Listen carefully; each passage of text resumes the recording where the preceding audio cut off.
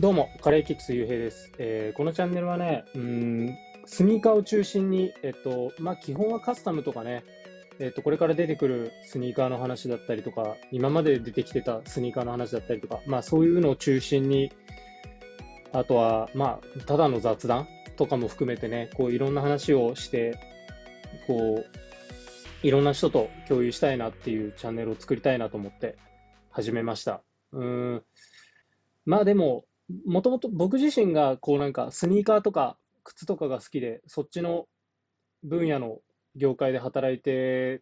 たこともあってね、なんかそういうところでちょっとライフハックだったりとか、あとは技術だったり知識だったりっていうこともね、全部、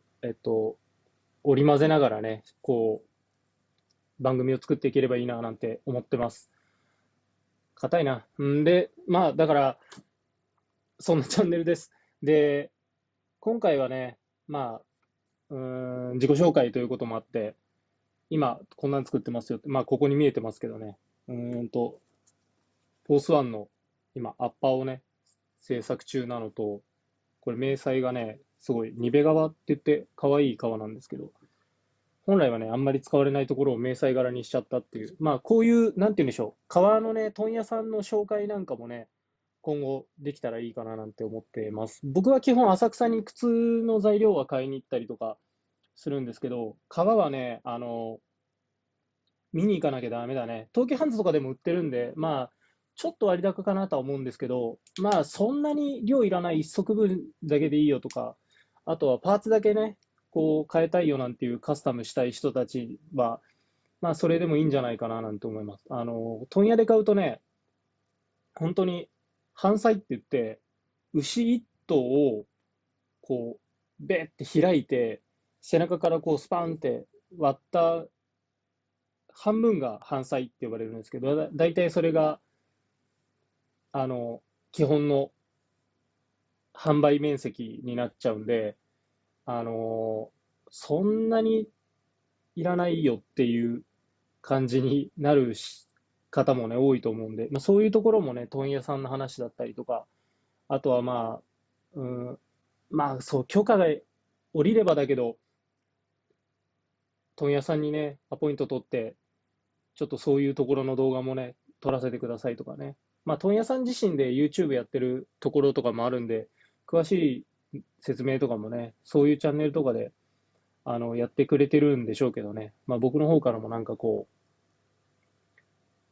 お伝えすることができればなんて思ってます。で、ごめんなさい、話はそれましたけど。で、こっちがね、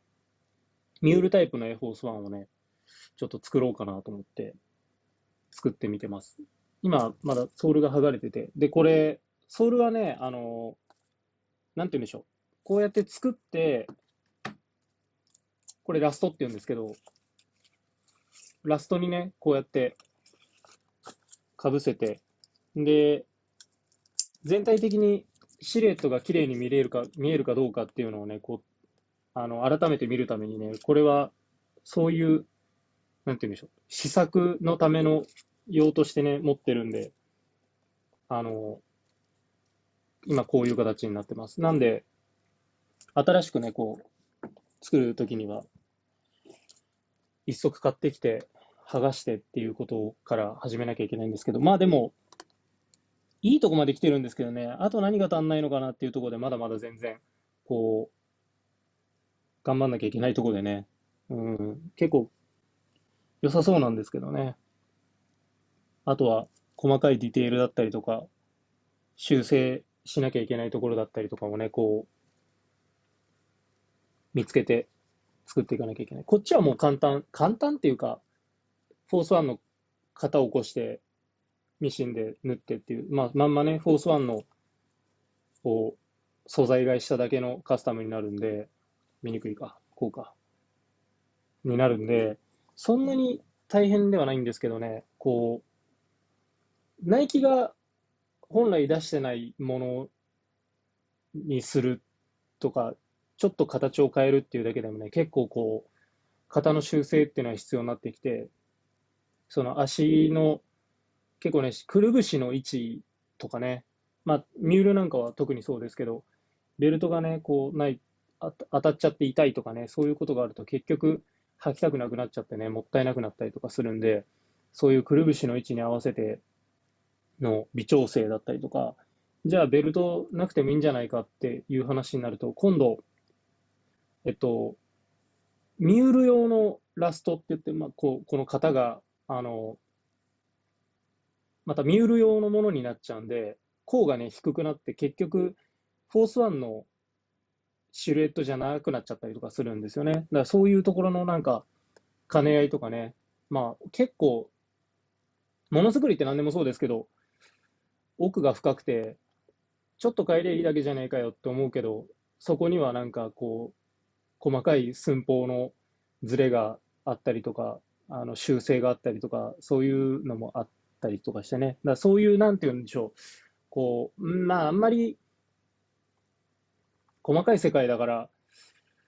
本当にここまでのカスタムを求めてない人にとっては、